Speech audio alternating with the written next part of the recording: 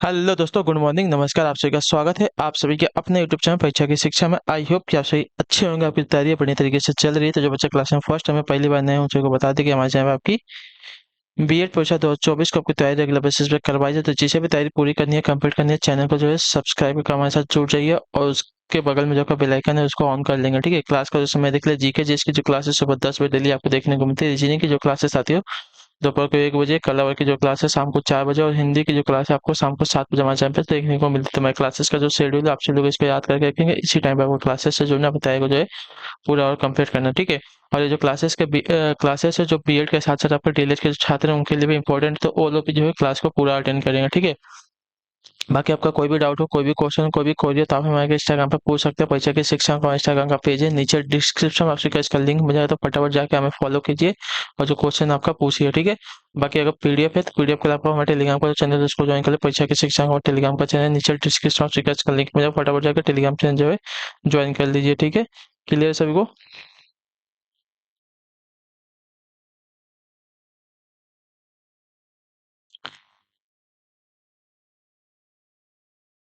और जिसने अभी तक यूपी बीएड का फॉर्म नहीं भरा, तो देखिए 3 मार्च तो खत्म होगा, लेकिन अभी क्या है 10 मार्च तक जो आपको लेट फीस के साथ फीस भर सकते हैं। ठीक है, मतलब फॉर्म भर सकते हैं 10 मार्च तक जो है लेट फीस के साथ आप फॉर्म भर सकते हैं, तो जाके फॉर्म भर लीजिए। और 24 अप्रैल को जो है इसका एग्जाम है, तो 24 अप्रैल को जो है अपनी तैयारी को पूरा करके रखिए। ठीक है, अभी तक बिहार वालों और बाकी किसी स्टेट का जो अभी तक डेट नहीं आया है, तो उनका भी जैसे ही डेट आएगा आपको बता दिया जाएगा। ठीक है, क्लियर सभी को।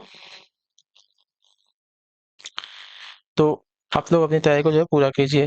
तो चलेंगे क्लास स्टार्ट करें, ध्यान से एक क्वेश्चन को देखेंगे और उत्तर देते हुए चलेंगे, सही सही उत्तर क्या होगा। ठीक है, चलिए स्टार्ट करते हैं क्लास को। पहला क्वेश्चन देखिए क्या देगा, ध्यान से देख के बताएंगे। अटेंशन, निम्नलिखित में से कौन सा क्षेत्र जो है प्राचीन काल में मगध के नाम से जो है जाना जाता था, बताइए। निम्नलिखित में से कौन सा क्षेत्र जो है प्राचीन काल में मगध के नाम से जाना जाता था, इसका राइट आंसर क्या हो जाएगा।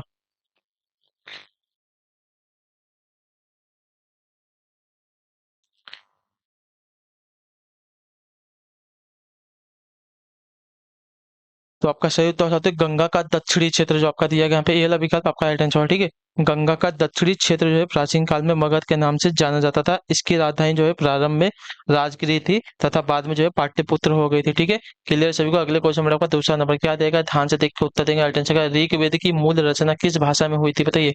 ऋग्वेद की जो मूल रचना है किस भाषा में हुई थी, इसका सही उत्तर क्या हो, साथियों बताने की कोशिश करेंगे आप सभी लोग। तो ऋग्वेद की मूल रचना जो हुई थी आपकी संस्कृत भाषा में हुई थी, जो आपका दिया गया बी वाला ऑप्शन आपका राइट आंसर है। ठीक है, क्लियर सभी को। चलिए अगला क्वेश्चन देखिए, आपका तीसरा नंबर प्रश्न, ध्यान से देख के उत्तर देंगे। राइट आंसर का वृत्त जो ग्लोब पर दिन को रात में विभाजित करता है क्या कहलाता है, वृत्त जो ग्लोब पर दिन को रात में विभाजित करता है क्या कहलाता है, इसका राइट आंसर क्या हो जाएगा।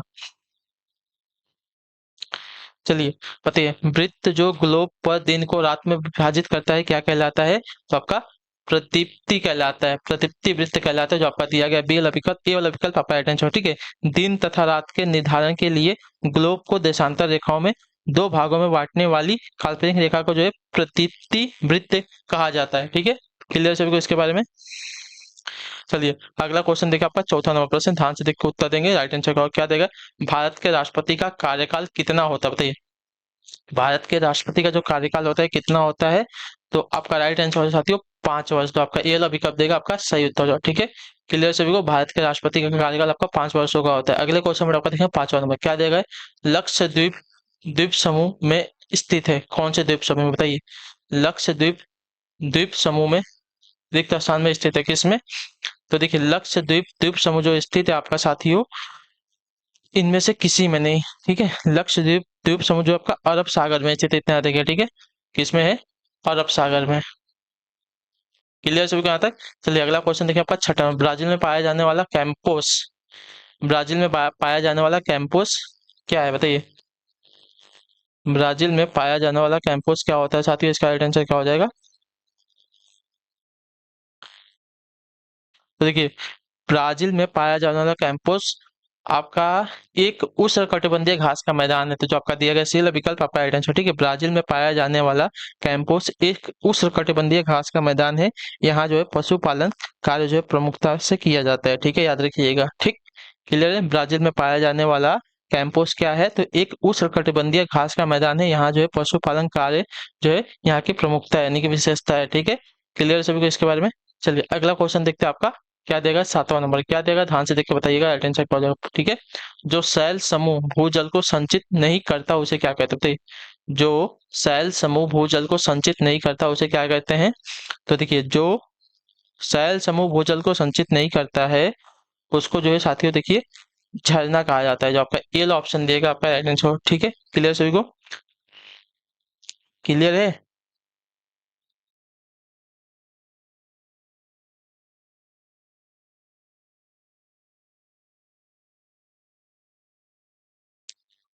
ठीक है, अगले क्वेश्चन पर आपका देखेंगे 8वां नंबर। ध्यान से देखिएगा, बताइएगा आठ से, अभ्रक का अत्यधिक उत्पादक देश कौन सा बताइए। अभ्रक का अत्यधिक उत्पादक देश कौन सा है, तो देखिए अभ्रक का अत्यधिक उत्पादक देश जो है आपका भारत देश है। जो आपका दिया गया ये वाला विकल्प आपका सही उत्तर है। ठीक है, क्लियर सभी को। झारखंड जो है अभ्रक का महत्वपूर्ण उत्पादक राज्य है, इतने याद रखिएगा। ठीक है, अगले क्वेश्चन बढ़ेंगे। 9 नंबर प्रश्न, ध्यान से देख के बताएंगे आठ से, भाखड़ा बांध किस नदी पर बना है बताइए। भाखड़ा बांध जो है किस नदी पर बना हुआ है साथियों, इसका सही उत्तर क्या है। देखिए भाखड़ा बांध जो है सतलुज नदी पर बनाया गया है, यह जो है पंजाब में स्थित है। ठीक है, क्लियर है सभी को इसके बारे में। तो जो आपका दिया गया यहाँ पे सी वाला विकल्प आपका राइट आंसर हो जाएगा। ठीक है, क्लियर सभी को इसके बारे में। चलिए अगला प्रश्न देखते हैं आपका क्या दिया गया है। 10वां नंबर प्रश्न, ध्यान से देखिएगा, उत्तर देने की कोशिश करेंगे। राइट आंसर, विश्व के 90% से अधिक जीव समूह इनमें है किनमें बताइए। विश्व के 90% से अधिक जीव इसमें है, किसमें, इसका सही उत्तर क्या हो जाएगा। तो इसका सही उत्तर हो जाएगा साथियों समुद्र में। जो आपका दिया गया यहाँ पे सी वाला विकल्प आपका सही उत्तर हो जाएगा। ठीक है, क्लियर है। पृथ्वी के करीब 70% भाग पर जो है समुद्र है और इसमें से जो है करीब 90% से अधिक जीव समूह जो है निवास करते हैं। ठीक है, किसमें, तो समुद्र में। ठीक है, अगले क्वेश्चन में आपका देखिए 10वां नंबर प्रश्न, ध्यान से देखिए। 11वां नंबर प्रश्न उत्तर देने की कोशिश करेंगे, सही उत्तर का क्या देगा। अंतरराष्ट्रीय दिनांक रेखा लगभग इसके बराबर होती है, किसके, तो इसका सही उत्तर हो जाएगा 180वीं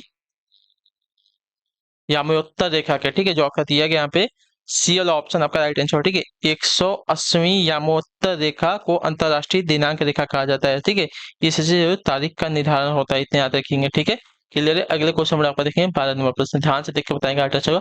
भारत के राष्ट्रपति द्वारा राज्यसभा के लिए कितने सदस्य जो है नियुक्त किए जाते हैं। तो भारत के राष्ट्रपति द्वारा राज्यसभा के लिए कितने सदस्य नियुक्त किए जाते हैं, तो 12 सदस्य। जो आपका दिया गया यहाँ पे सी वाला ऑप्शन आपका सही उत्तर हो जाएगा। ठीक है, अगले क्वेश्चन में आपका 13 नंबर क्या देगा, सागर का अत्यंत सामान्य लवण कौन सा बताइए। सागर का अत्यंत सामान्य लवण कौन सा है, तो देखिए इसका राइट आंसर साथ ही सोडियम क्लोराइड हो जाएगा। जो आपका ये वाला विकल्प देगा आपका सही उत्तर हो जाएगा। ठीक है, सागर का अत्यंत सामान्य लवण जो आपका सोडियम क्लोराइड होता है। ठीक है, क्लियर है। चलिए अगला प्रश्न देखते हैं आपका 14 नंबर प्रश्न, ध्यान से देख के उत्तर देंगे। कोलकाता बंदरगाह रिक्त स्थान पर या में स्थित है बताइए। कोलकाता बंदरगाह जो है किस पर स्थित है साथियों, भागीरथी नदी पर है, हुगली नदी पर है, बंगाल की खाड़ी में है, या ब्रह्मपुत्र नदी पर है। तो देखिए कोलकाता बंदरगाह कहाँ पे है, तो जाके हुगली नदी पर स्थित है, इतना याद रखेंगे। ठीक है, जो आपका दिया गया यहाँ पे बी वाला विकल्प आपका राइट आंसर हो जाएगा। ठीक है, क्लियर सभी को इसके में। कोलकाता बंदरगाह एक आपका ज्वारीय बंदरगाह है जो कि हुगली नदी पर स्थित है। ठीक है, क्लियर है। चलिए अगले क्वेश्चन में आपका 15 नंबर, ध्यान से देख के बताने की कोशिश करेंगे सही उत्तर का साथियों। संसार में किस महाद्वीप पर सबसे कम जनसंख्या बताइए। यूरोप महाद्वीप पर, ऑस्ट्रेलिया महाद्वीप पर, दक्षिण अमेरिका पर, या अफ्रीका पर। तो इसका सही उत्तर आपका क्या होना चाहिए साथियों, कौन सा ऑप्शन आपका राइट आंसर हो जाएगा। संसार के किस महाद्वीप पर सबसे कम जनसंख्या है, तो आपका सही उत्तर साथियों ऑस्ट्रेलिया महाद्वीप पर। जो आपका पहला विकल्प देगा सही उत्तर हो जाएगा। ठीक है, क्लियर है सभी को। यहाँ की जनसंख्या जो है मात्र 8.56 मिलियन है। ठीक है, अगले क्वेश्चन में आपका देखें 16 नंबर, लद्दाख में पाए जाने वाले गैम्पास क्या होते हैं बताइए।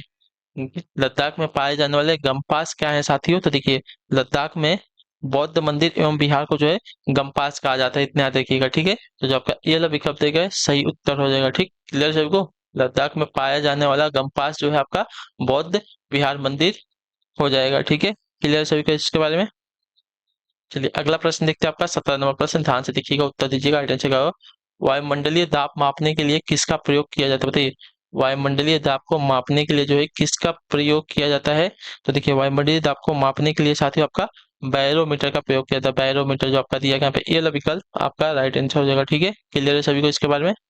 चलिए अगले प्रश्न तो पढ़ेंगे आपका 18 नंबर प्रश्न, ध्यान से देख के उत्तर देने की कोशिश करेंगे सही उत्तर का। साथियों क्या दिया गया है, निम्नलिखित में से कौन सा प्रसिद्ध पर्यावरण अनुकूल ऑटोमोबाइल ईंधन है, बताइए। पीएनजी, एलपीजी, डीजल या सीएनजी, इसमें से सही उत्तर कौन सा हो जाएगा? देखिए, आपका राइट आंसर यहाँ पे हो जाएगा सीएनजी, जो आपका दिया गया डी वाला विकल्प आपका सही उत्तर है। ठीक है, क्लियर है।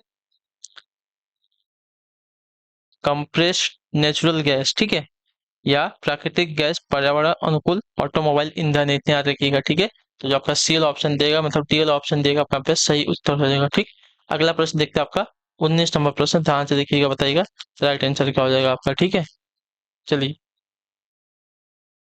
ऑर्गेनिक खेती किसको कहते हैं, बताइए। 19 नंबर पे ऑर्गेनिक खेती किसको कहा जाता है साथियों? ऑर्गेनिक खेती किसको कहते हैं? तो देखिए, प्राकृतिक खाद तथा कीटनाशकों का प्रयोग किया जाता है ऑर्गेनिक खेती में। ठीक है, तो जो आपका दिया गया यहाँ पे ए वाला विकल्प आपका सही उत्तर हो। ठीक है, ऑर्गेनिक खाद तथा, अच्छा, ऑर्गेनिक खेती किसे कहा जाता है? तो देखिए, प्राकृतिक खाद तथा कीटनाशकों यानी कि पेस्टिसाइड का प्रयोग जहाँ किया जाता है उसको ऑर्गेनिक खेती कहते हैं। तो आपका ए वाला विकल्प देगा, आपका सही उत्तर हो जाएगा। ठीक है, अगले क्वेश्चन पढ़ेंगे 20 नंबर, ध्यान से देखिएगा, उत्तर दीजिएगा। आंसर किसका प्रयोग, मतलब किसका उपयोग जो है समुद्र की गहराई नापने में होता है, बताइए। किसका उपयोग जो है समुद्र की गहराई मापने में होता है?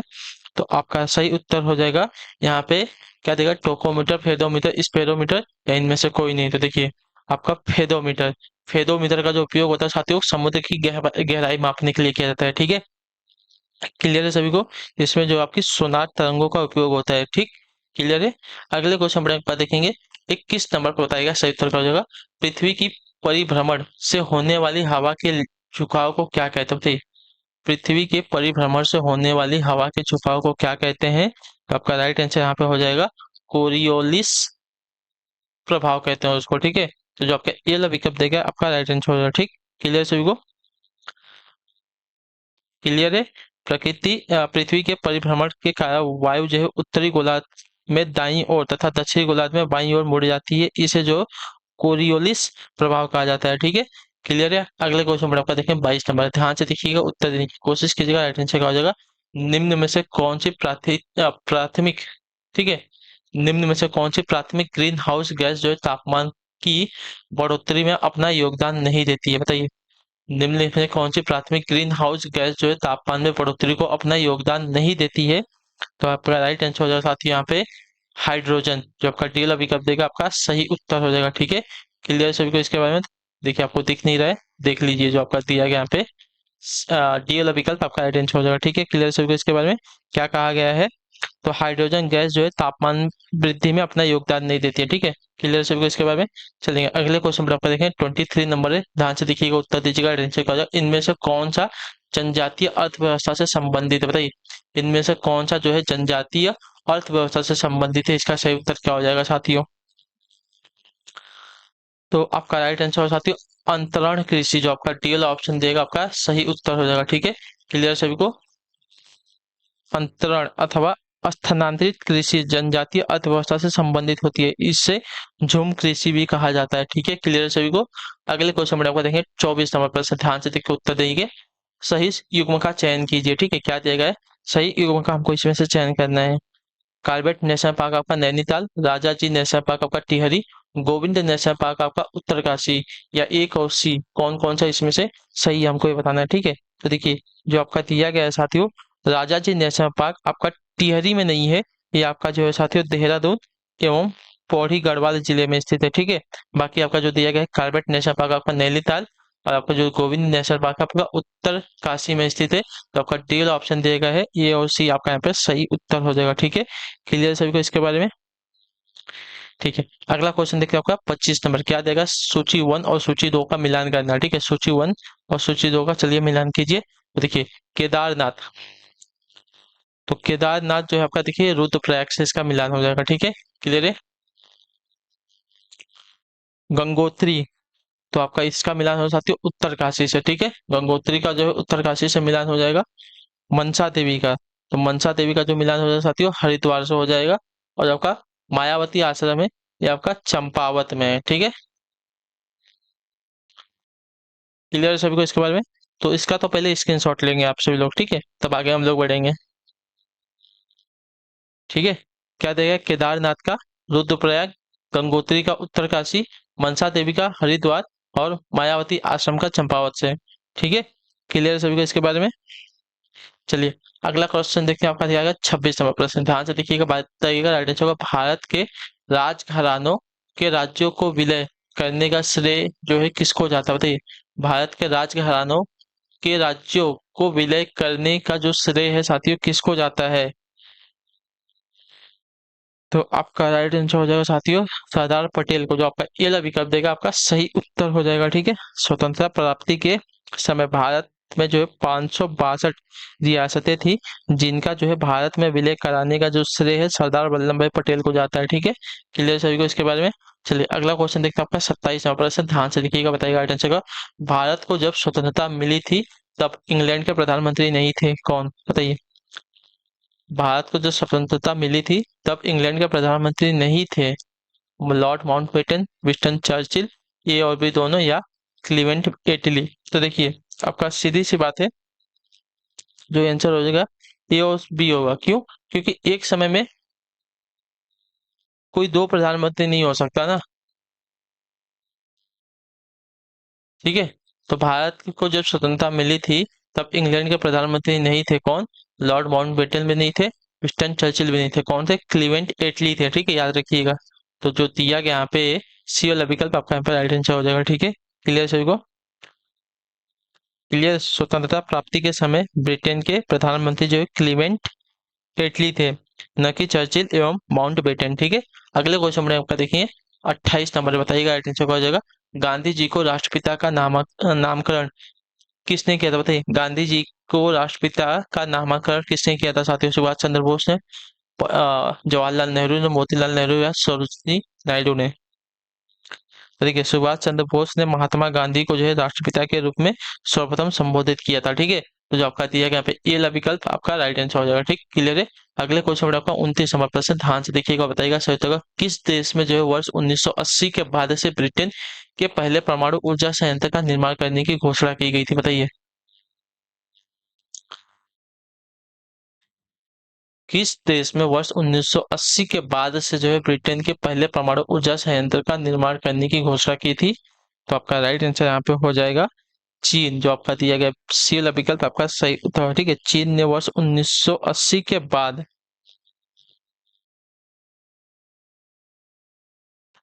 क्या दिया गया है, से जो है पहले परमाणु ऊर्जा संयंत्र निर्माण करने की घोषणा की थी। ठीक है, क्लियर है इसके बारे में। अगला क्वेश्चन देखें आपका 30 नंबर, क्या देगा। 2019 के क्रिकेट वर्ल्ड कप के फाइनल में कौन सी दो टीमें जो है भिड़ी थी, बताइए। 2019 के क्रिकेट वर्ल्ड कप के फाइनल में कौन सी दो टीमें जो है भिड़ी थी साथियों, इसका सही उत्तर क्या हो जाएगा। तो आपका राइट आंसर हो जाएगा साथियों 2019 की बात करें तो 2019 में जो आपके भिड़े थे साथियों, न्यूजीलैंड और इंग्लैंड जो है भिड़े थे, और इंग्लैंड जो है इसमें जीत गया था, याद रखिएगा। सुपर ओवर हुआ था उसमें जो आपका इंग्लैंड जीत गया था, इतने याद रखिएगा। ठीक है, क्लियर। तो जो आपका डी वाला ऑप्शन देगा आपका यहाँ पे राइट आंसर हो जाएगा। ठीक है, क्लियर है। अगले क्वेश्चन में आपको देखा 31 नंबर बताइएगा सही उत्तर क्या हो जाएगा। सागर की सतह पर जल का औसतन तापमान होता है कितना, बताइए। सागर की सतह पर जल का औसतन तापमान कितना होता है साथियों। तो सागर की सतह पर जल का औसत तापमान जो आपका होता है साथियों 26.60 डिग्री सेल्सियस होता है। तो जो आपका सी वाला विकल्प देगा आपका सही उत्तर होगा। ठीक है, क्लियर है। सागर की सतह पर जल का औसतन तापमान जो आपका 26.7 डिग्री सेल्सियस। ठीक है, अगले क्वेश्चन में आपका 32 नंबर, ध्यान से देखो उत्तर देगा, एड्रेस में आ जाएगा। सभी परिसर व्यवस्थाओं को मिलाकर एक भौगोलिक क्षेत्र के रूप में बड़ी इकाई के रूप में बना दे तो उसे क्या कहते हैं, बताइए। सभी परिसर सभी परिसर व्यवस्थाओं को मिलाकर एक भौगोलिक क्षेत्र के रूप में बड़ी इकाई के रूप में बना दे तो उसे क्या कहते हैं, तो उसे जो आपका देखिए बायोम कहते हैं, बायोम। तो जो आपका दिया गया यहाँ पे बी वाला विकल्प आपका आइडेंटिटी। ठीक है, बायोम एक भौगोलिक क्षेत्र होता है जिसके अंतर्गत जैविक विशेषताओं के समरूपता पाई जाती है। ठीक है, तो जो आपका दिया गया यहाँ पे बी वाला विकल्प आपका राइट आंसर हो जाएगा। ठीक है, क्लियर है। चलिए अगले क्वेश्चन बढ़ेगा आपका, देखिए 33 नंबर, दिल्ली, आगरा और मथुरा किस नदी के किनारे जो स्थित है, गंगा, चंबल, यमुना या इनमें से किसी के नहीं। तो देखिए दिल्ली, आगरा, मथुरा आदि जो नगर है यमुना नदी के किनारे बसे हुए हैं, तो जो आपका दिया गया यहाँ पे सी वाला विकल्प आपका सही उत्तर हो जाएगा। ठीक है, क्लियर से इसके बारे में। चलेंगे अगले क्वेश्चन में आपको देखें 34 नंबर है, ध्यान से देखिएगा, बताइएगा आंसर। जवाहरलाल नेहरू को कहा जाता है क्या, बताइए। जवाहरलाल नेहरू को क्या कहा जाता है, तो जवाहरलाल नेहरू को जो है आपका समाजवादी कहा जाता है, जो आपका दिया गया यहाँ पे बी वाला विकल्प आपका राइट आंसर हो जाएगा। ठीक है, क्लियर सभी को। जवाहरलाल नेहरू को जो है सामाजिक समानता की वकालत करते थे, इसलिए जो आपका समाजवादी कहा जाता था इनको। ठीक है, क्लियर सभी को इनके बारे में। ठीक है, अगले क्वेश्चन में आपको देखें 35 नंबर। भारत चीन पंचशील संधि पत्र, कहते भारत चीन पंचशील संधि पत्र कब हस्ताक्षर किए गए, तो बताइए।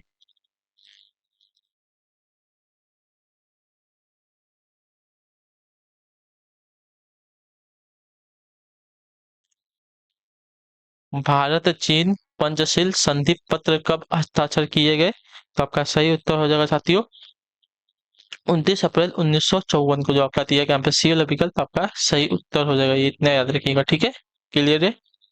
चलिए चलिए अगला क्वेश्चन 36 नंबर। पवनों का विक्षेपण बल अधिकतम होता है कहाँ पर, बताइए। पवनों यानी कि हवाओं का जो विक्षेपण बल होता है अधिकतम कहाँ पर होता है, तो आपका राइट आंसर होगा साथियों ध्रुवों पर, जो आपका दिया गया सी वाला विकल्प आपका सही उत्तर है। ठीक है, कोरियोलिस बल के कारण पवनों का जो सर्वाधिक विक्षेपण होता है ध्रुवों पर होता है। ठीक है, जबकि सबसे कम विक्षेपण आपका विषुवत रेखा पर होता है। ठीक है, अगले क्वेश्चन में आपका देखिए 37 नंबर। ठंडी व शुष्क स्थानीय पवनें होती हैं क्या, बताइए। ठंडी व शुष्क स्थानीय पवनें हैं कौन सी, तो देखिए ठंडी व शुष्क स्थानीय पवनें आपका ही होती हैं मिस्ट्रल, जो आपके दी गई है का सेल विकल्प आपका सही है। ठीक है, मिस्ट्रल एक ठंडी एवं शुष्क स्थानीय हवाएं हैं जो दक्षिण फ्रांस से लियोन खाड़ी की ओर प्रभावित होती हैं। ठीक है, क्लियर है। अगले क्वेश्चन में देखेंगे 38 नंबर है, ध्यान से देखिएगा, बताइएगा किसकी आत्मकथा जो है dreaming big my journey to conduct India जारी की गई थी, बताइए। किसकी आत्मकथा है dreaming big my journey to connect India. ठीक है, कनेक्ट इंडिया जो है जारी की गई, तो आपका राइट आंसर हो जाएगा साथियों यहाँ पे सैम पित्रोदा की, जो आपका दिया गया यहाँ पे बी वाला विकल्प आपका सही होता है। ठीक है, dreaming big my journey to connect India Sam Pitroda की आत्मकथा है। ठीक है, अगले क्वेश्चन में आपका 39 नंबर है, ध्यान से देखिएगा, राइट आंसर हो जाएगा। किसने जो है ऑनलाइन फैशन स्टोर यानी कि ABOF.com का शुभारंभ किया था, बताइए।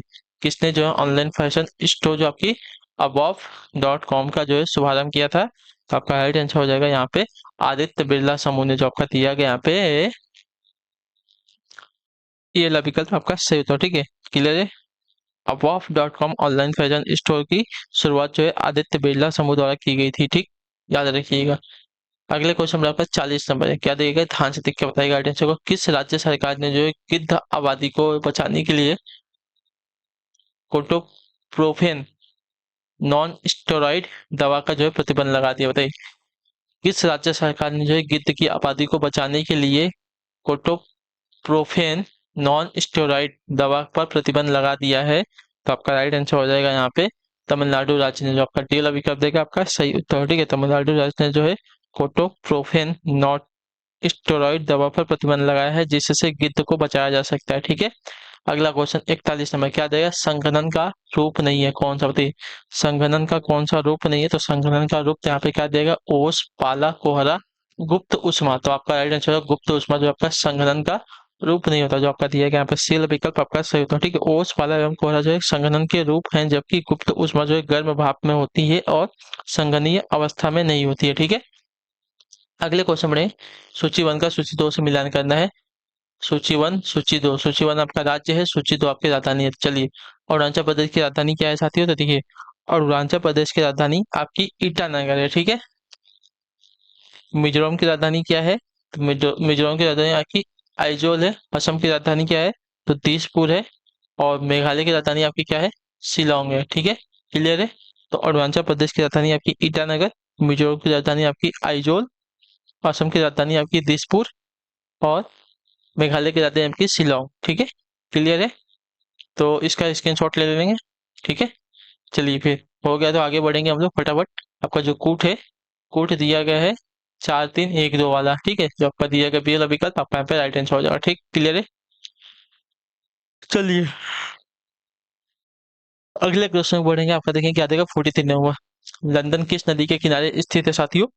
इसका सही उत्तर क्या हो जाएगा बताइए? लंदन शहर जो है किस नदी के किनारे स्थित है? तो आपका सही उत्तर स्प्री नदी के किनारे, ठीक है। जो आपका ये वाला विकल्प देगा आपका राइट आंसर होगा, ठीक। क्लियर सभी को इसके बारे में? लंदन जो है स्प्री नदी के किनारे स्थित आपका एक शहर है। अगले क्वेश्चन नंबर 44 नंबर क्या देगा? असंगत युग्म का चयन कीजिए, ठीक है। असंगत युग्म का चयन कीजिए, नदी दिया गया उसका उद्गम स्थान दिया गया है। काली नदी का उद्गम स्थान क्या है?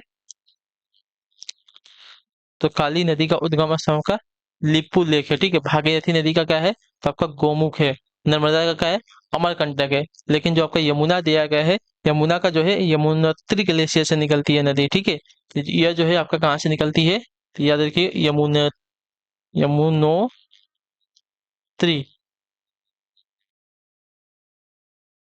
ग्लेशियर से, ना कि पिंडारी ग्लेशियर से। तो आपका डी वाला विकल्प देगा आपका क्या है? असंगत युग्म, ठीक है। क्लियर सभी को इसके बारे में? अगले क्वेश्चन में आपका देखेंगे 45 में क्या देगा? सोन प्रयाग में सोन गंगा नदी का संगम कहाँ, मतलब किस नदी से होता है बताइए?